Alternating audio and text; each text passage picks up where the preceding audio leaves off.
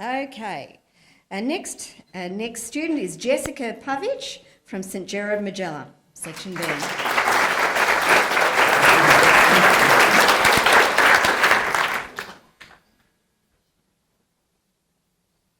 Good evening, Chairperson, adjudicators, ladies and gentlemen, boys and girls. The siren blares, the whip cracks, and the people cheer. The horses run in a completely dangerous and horrific manner. How would you feel if you were made to run kilometres whilst being whipped? It is cruel, abusive, and murderous. We need to stop this extremely destructive sport called horse racing. Being a racehorse is a tough and cruel life. After racing, horses do not get rest or water. They get shamed and sometimes beaten. Did you know that most losing racehorses get shipped to places so that they get eaten? Horses that are bred for racing usually start race training at the age of 2. Whips aren't the only device used to make horses run faster. Electrical, shocking items can be illegally used as well. In America, a woman tried a horsewhip on herself to raise awareness about the big, deadly, and painful whip. It left a mark on her leg for a month.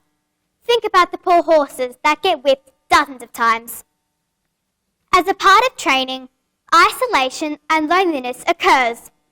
All racehorses from the age of 2 are kept in stables with chains on their muzzles and legs. Tight chains are covered on the isolated horses' backs and stomachs for ride training. Racehorses never get to run free and socialise. When horses go through extreme loneliness, they start acting different. Some symptoms are vomiting, crying, rocking from side to side, wheezing, and loss of action. The day you stop racing is the day you win the race, said famous singer and songwriter Bob Marley. Horse racing is an abusive, isolating, and murderous sport, which takes 119 horses' lives on average every single year in Australia. 4 horses die from lung bleeds, 16 collapse and die, 11 die from cardiac causes, and 46 die from broken legs. These statistics are completely heartbreaking. After racing, most people assume the horses are fine, but this is wrong. Most racehorses suffer from diseases and lung issues from the fast running and constant puffing. It's painful, and most humans could not deal with the pain that these horses go through. If a horse gets a lung disease, the trainer could not care less. They would drug the horse and expect it to be okay. Horse racing only goes for a day to you, but is certain to last forever for the horses. This torturous sport has lasted for years, and it must stop now. Trainers just use racehorses for money. We are betting. We are causing these horses to die. We are paying hundreds of dollars to go to horse races. We are paying ridiculous amounts of money to watch the Melbourne Cup on TV. Getting abused, isolated, and sick is something that all racehorses go through. We need to take action. We need to stop betting. If I were in charge, I would ban horse racing forever.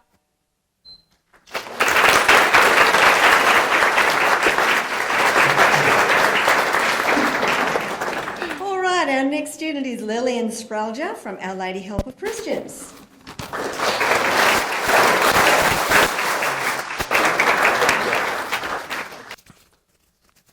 Good afternoon, Chairperson, adjudicators, ladies and gentlemen. This year, the topic for Calanna speech is, if I were in charge, I would. And with great freedom comes great honesty. My pitch for you today is about the changes I'd make if I were in charge of the health and well-being of Cairns. If I were in charge of Cairns, I would change many things. But my first order of business would be to reduce the amount of plastic we are using in food packaging, not to mention poorly disposing of. I've done my research on innovative waste disposal systems in other countries, and I've narrowed our needs down to a system currently being used in Singapore. Imagine a technologically advanced incineration system, which reduces all waste and garbage to a fraction of its size, in ash without creating harmful emissions, in 24 hours. This ash is then transported to a man-made lake where it is deposited into the water. With this incredible piece of technology, Cairns would be a cleaner and brighter city and set the benchmark for recycling in Australia. We could recycle other cities' waste too, in exchange for innovative greenhouse services. In line with my plan for reducing plastic, I would reward local food producers who cut back on using plastic wrappers and plastic containers. There's lots of eco-friendly packaging available, and we need to support those who use it. Moving to nature's wrapping resources, such as big banana leaves to bundle up fruits and vegetables, is another great option for our local markets. Our backyard is the Great Barrier Reef, and just up the road is the oldest rainforest on Earth. Do we need better reasons to become leaders of the eco-friendly packaging? At Old Hog, we've recently introduced a 10-cent refund program, and I think the results speak for themselves. If I were in charge of Cairns, I would make it compulsory for all schools in the region to get on board with great incentives for students to learn lifelong recycling habits. Students could learn simple things such as cutting the rings that go around milk bottles could save a bird or an animal's life. As for plastic straws, if I were in charge of Cairns, you wouldn't see them around the city. Cheap to buy, expensive to clean. Incinerate, repackage, and educate. Cairns is a beautiful place to grow up in, and if I were in charge, these are positive changes I'd make for the future of our city. And importantly, I'm giving you my commitments very early on. Who knows, maybe one day you'll be voting for a few of these ideas yourself.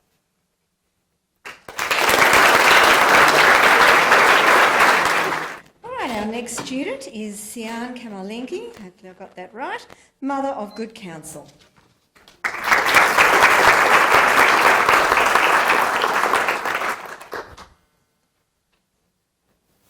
Just before we begin, let's keep this talk between you and me. We children spend, 6 hours a day at school? During these 6 hours, we use our brains to figure out hard math questions, deal with difficult situations, and spell out words. This may not seem like much to you, but the child's brain does work very hard. And the truth is, no kid likes to come home to a sink full of dishes that need cleaning, your brothers or sisters hogging the TV, or a pile of clothes that need to be folded. Raise your hand if this is how you feel. Oh good, I'm not alone. Good evening, chairperson, adjudicators, ladies and gentlemen, and a warm welcome to my fellow competitors. Do you ever feel that the rules in your house are so unfair? Well, today, I'm here to reveal my plans on turning those boring, nasty, and time-consuming rules into the best rules you will ever hear. So when I'm in charge, I'll be in charge of my house. The first thing that I will do when I'm in charge is make my sibling do all the chores, but I still get paid. This rule will apply for all older sisters around the world. I mean, think about it. Imagine instead of having to waste all your precious time doing chores, your siblings do it. And while they're working their butts off, we get to lay back and relax while watching Netflix with a box of popcorn. But the best bit is, you still get paid for doing absolutely nothing. What a bargain. But don't worry, that's just the beginning of my plans. Once I can get away with getting paid for doing nothing, I think I'll move on to, being able to watch TV for as long as I please. Being able to watch whatever I want. Because most of the time, your brothers and sisters are watching baby shows like Peppa Pig. Peppa Pig, that annoying song. Picture, jumping on the couch, grabbing the remote, and binge watching all your favourite TV shows from start to end. Without your brothers or sisters jumping all over you and screeching in their whiny voice. It's my turn to watch TV. What a utopia. But let's turn that utopia into reality. My last and final thing that I will do when I'm in charge is have my very own flying fox from my bedroom window to my best friend's bedroom window. So, you see, instead of having to plan a catch-up and pick out dates, you can simply just hop on your flying fox and fly to your friend's house. You can do this in those times that you're feeling bored, lonely, or, your brothers and sisters are annoying you. Consequently, my great plans have to come to an end. So sad. But now you know that when I'm in charge, I will make sure I get paid for doing nothing. I will make sure I can watch TV for as long as I please, and I will make sure I have my very own flying fox from my bedroom window to my best friend's bedroom window.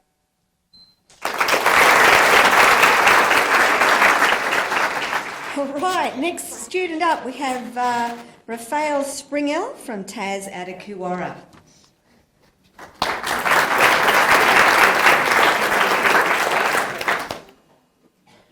Chairperson, adjudicators, ladies and gentlemen.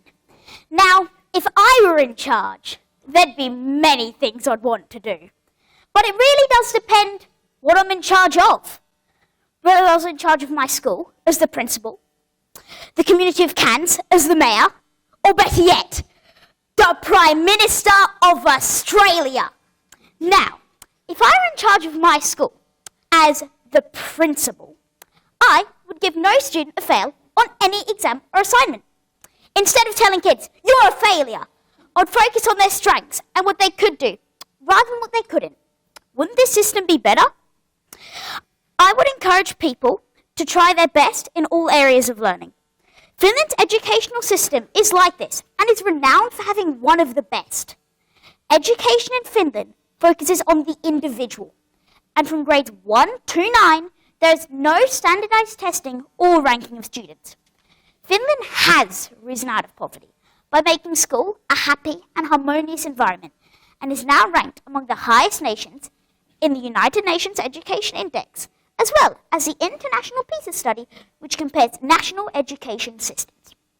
Now, if I were in charge of the Cairns community as the mayor, I would give out free food. This would be for homeless people as well as struggling families. Although there are many street food programs already established in Australia, I would like to make the support more accessible like it is in Dubai, where homeless people can take certain amounts of free food from select areas in chosen supermarkets. Now, if I were Prime Minister and in charge of the whole of Australia, I would give out money. I would give out millions of dollars. Now, these millions of dollars would be for people who could come up with better solutions for eradicating pollution, non-biodegradable plastics, as well as sustainable energy solutions. I would encourage people to clean up our air, our land to grow food, our oceans, and our precious Great Barrier Reef. We must leave a clean planet for future generations. Now, if I were in charge of humanity, I would help improve our education systems. I'd help the poor, the homeless, and the disadvantaged. I would help clean up pollution for a better environment. These are important goals. However, more importantly, I would help people clean up in toxic thoughts and emotions. I would inspire people to clean up toxic thoughts about others, to respect all religions other than our own. Achieving world peace and a clean environment involves leadership at all levels, but starts with us being in charge of ourselves and our daily interactions with our fellow human beings.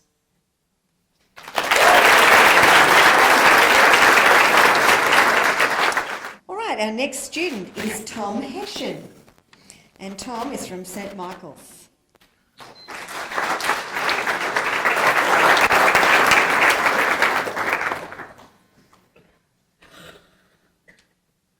Good evening, Chairperson, adjudicators, ladies and gentlemen.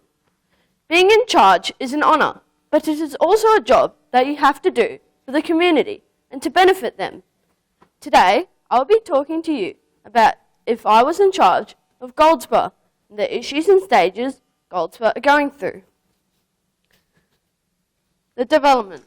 As some of you may know, the development is many houses being built near the entrance of Goldsborough. There are a few issues I would clear up if I was in charge. There are acreage blocks currently selling for $195,000 per block. Most are under contract or sold. If I was in charge, I would limit development on cane farmers' blocks to keep Goldsborough giving MSF Sugar the produce it needs. I would also raise the price to $215,000. My reason for this is not to be off-putting, but to limit the amount of houses sold. I would limit the next stages under 16 houses, to keep it smaller, but it would keep up with the need for accommodation across the world. Another thing I would change if I was in charge would be Pete's Bridge.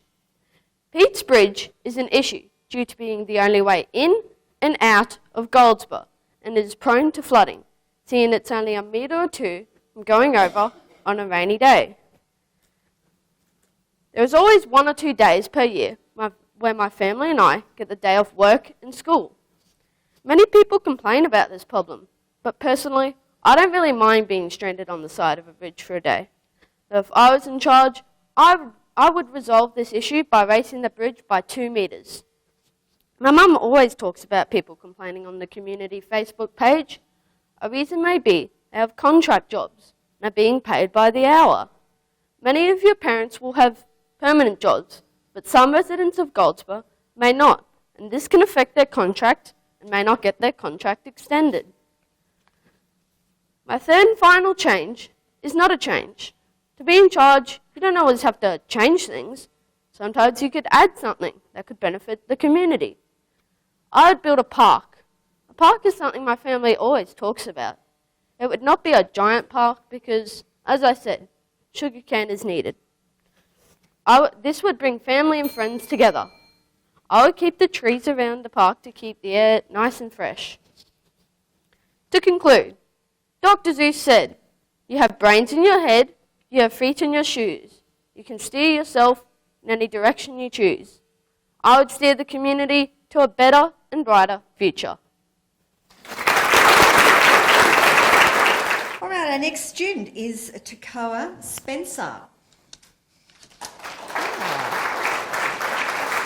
Takoa is from Carolina. Thank you.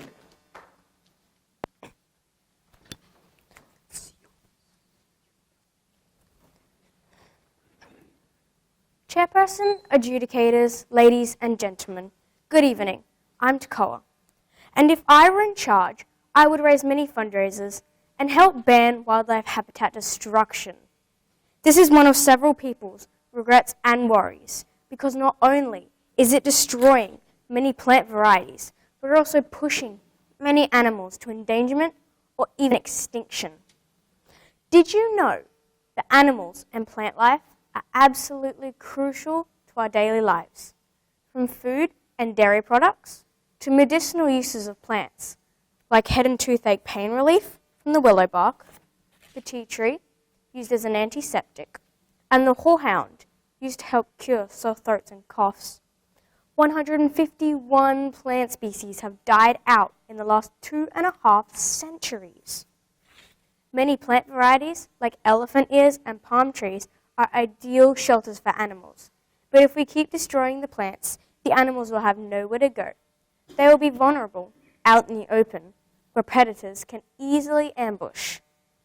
Therefore, animals will go down with the plants. Who do you think will go down next? There are many extinct and under pressure animals, like the big-eared hopping mouse, who is now extinct, small tulip wallaby, Tasmanian tiger, and the dodo. These are only a few of thousands. There have been many changes to our communities, our cities, and our earth. But there is one change I'd like to announce if I were in charge. I would make people do just 5 things once a week, and they would be to 1, pick up rubbish, 2, recycle, 3, reuse, 4, plant more trees, and 5, help donate money to the animal shelters and the research of plants. The reason I chose this topic for if I was in charge is because there were 2 blocks of land near me with many trees, butterflies, animals, and more. It even had its own bamboo forest. When they cleared it all out spotless to make new living spaces for people that haven't even been bought yet, I was devastated. And so many kids that live near me. Another reason is that further generations might not get to see the things that we see every day. In conclusion, our earth is doing us a little favor. Let's do a little something to repay. Stop wildlife habitat destruction, take the time to care for our environment, pick up rubbish, recycle, reuse, plant more trees, and help donate money to animal shelters and the research of plants before we have nothing left. Now, our next student is Angela Zhang from TAS at White Rock.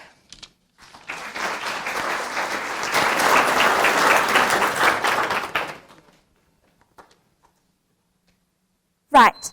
Set up a portal over there so that students can travel to school in the blink of an eye. Also, transform the whole school into Disneyland. Chairperson, adjudicators, ladies and gentlemen, have you ever wanted to oversee your school? If I could be the principal one day, unfortunately, I couldn't make those things happen. But the first three things put into action would be banning homework, lifting education benchmarks, and building an arcade.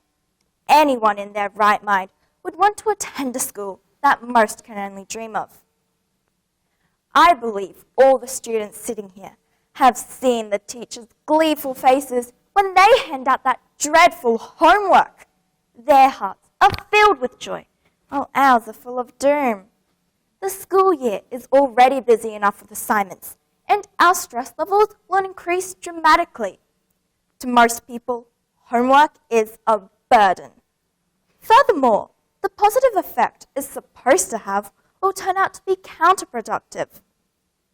Co-curricular activities are always happening after school, and many students must attend them. Where would their relaxation time go?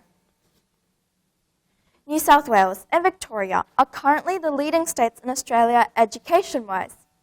National numeracy and literacy test results are analysed, and studies show that New South Wales and Victorian students outperform their state competitors. So, why not learn from them and enhance our education as well? Better learning ways and resources would lead to better quality work. Then, there's a more likely chance of being successful. This chain reaction would be the path to becoming a genius. Okay, maybe that was a little exaggerated, but it would still have a significant impact on many students' lives. School would be boring without any fun, so an arcade is perfect. Just imagine it, a place where you can forget all your worries and focus on trying to beat the game before you. Rules would have to be placed on it though. For example, only one year level is allowed in at a particular time. This is to avoid everyone getting crammed up inside and, in effect, not being able to play anything at all. It's an ideal way for students to calm down after dealing with the frustration of assignments. And believe me when I say, I know that feeling. No homework, lifting education standards, and an arcade. Those are only 3 out of the millions of options in the world. Building a school with portals and castles would have been awesome. Reality says no in the present though, so I've picked 3 choices that will definitely make my school a better place if I were in charge. Our next student is Amia Reid from Holy Cross.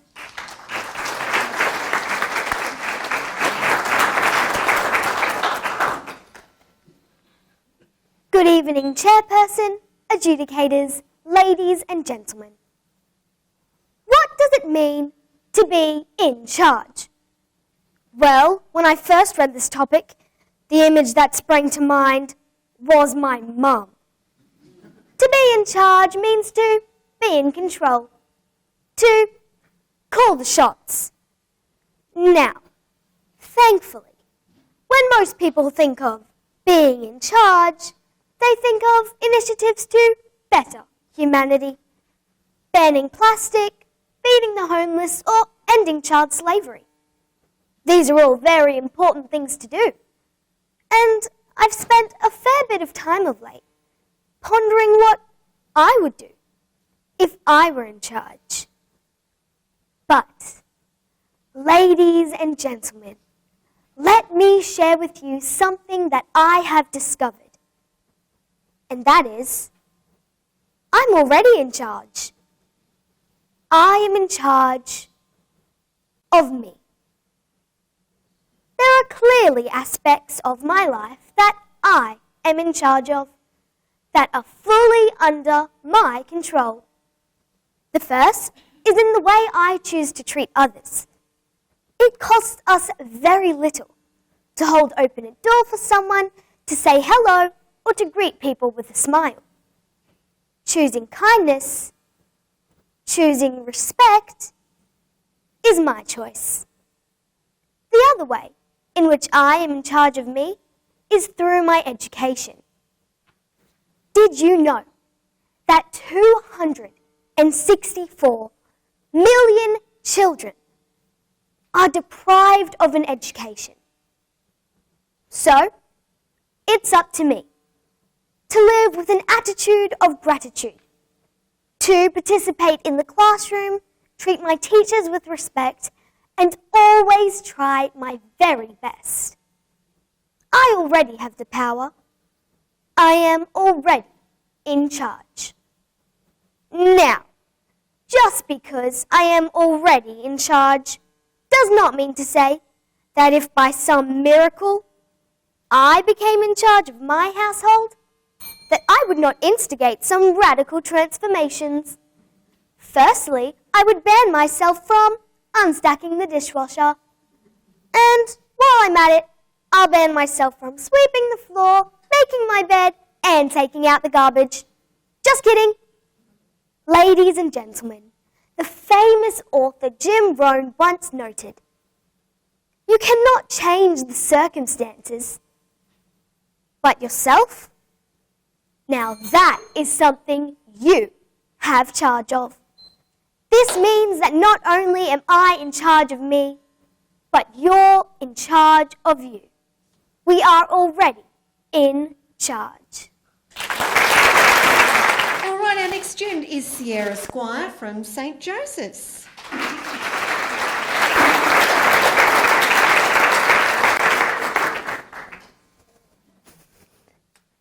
Ending world hunger, abolishing poverty, achieving world peace.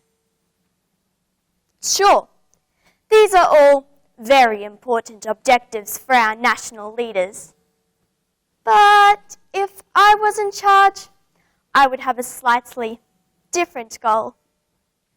Good evening, Chairperson, adjudicators, ladies and gentlemen. If I was in charge, I would change the English language. The English language is, quite frankly, ridiculous. Think about it. There are 26 letters in our alphabet, 44 different sounds, but 1,100 different ways of spelling those sounds. Take, for example, the A sound. Now, I want you to visualize the A sound in each of the following words: rain, gauge, great, same, say, they, vein, straight, eight, table, fate. These words demonstrate that there are 11 different ways to spell that one sound. Can you imagine if we had similar rules in maths? 4 plus 4 is 8. But what if the rule changed? So when we were buying oranges, 4 and 4 made 9? Or when we were buying apples, 4 and 4 made 7? That would work. But spelling isn't the only thing wrong with the English language. Contronyms are as equally confusing. Contronyms are words that have more than one meaning, but which are exactly the opposite. I'm not talking about words that you would rarely hear. These words are all around us, invading our everyday language. Take, for example, the word left. I could tell you all of my friends left. So I was the only one left. Does left really mean to stay or to go? Well, of course it means both. Confused? Me too. And that's why, if I was in charge, I wouldn't delay. I would simplify the English language today. All right, our final student in our Section A and B group is Summer Totman from St Andrews.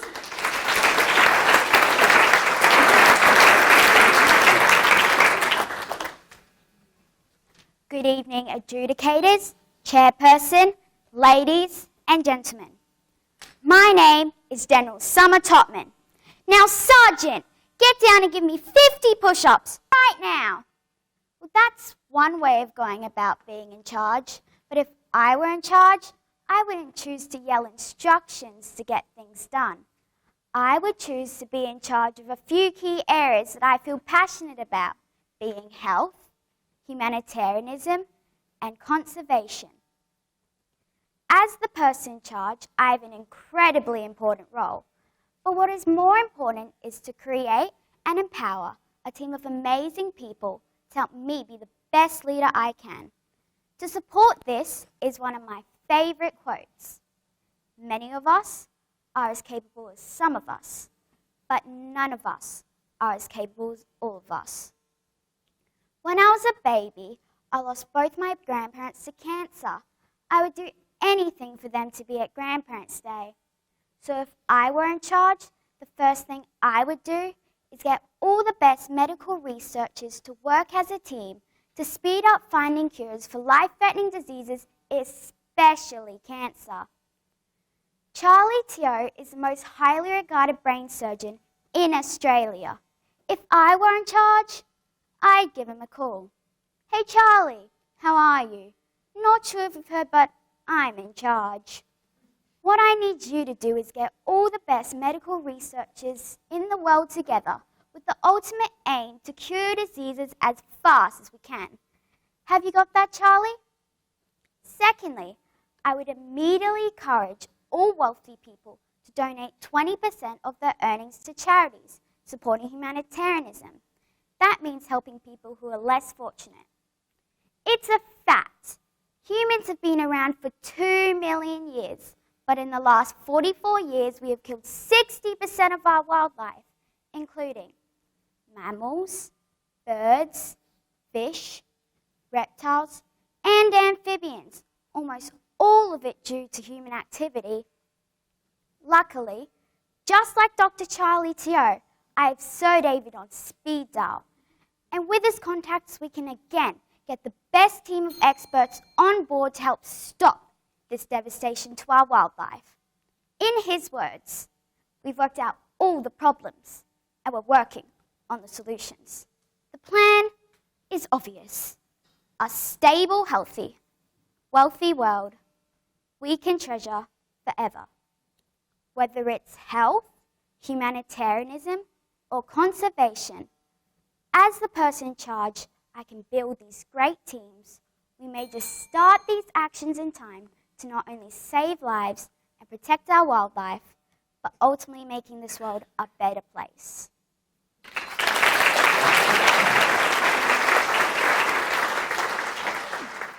All right, Jessica Pavic.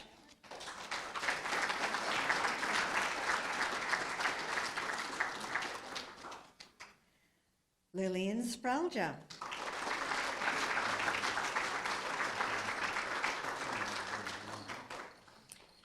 Sian Kamalingi.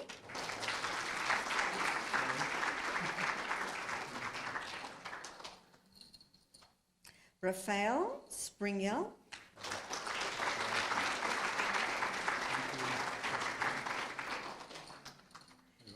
Tom Hessian.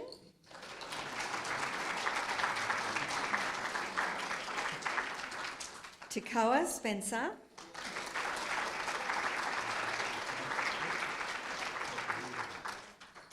Angela Zhang.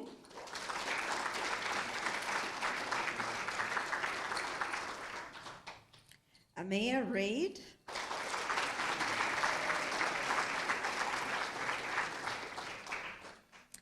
Sierra Squire.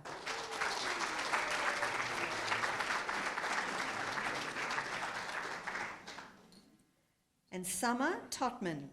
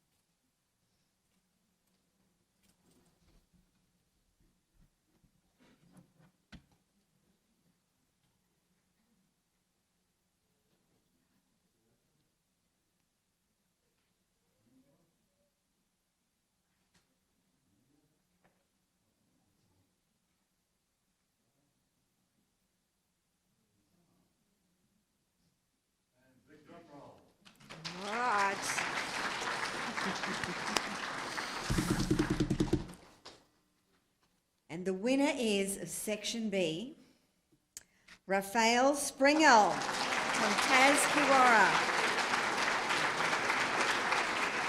Raphael's going to improve education, give out free food and free money handouts. Yes!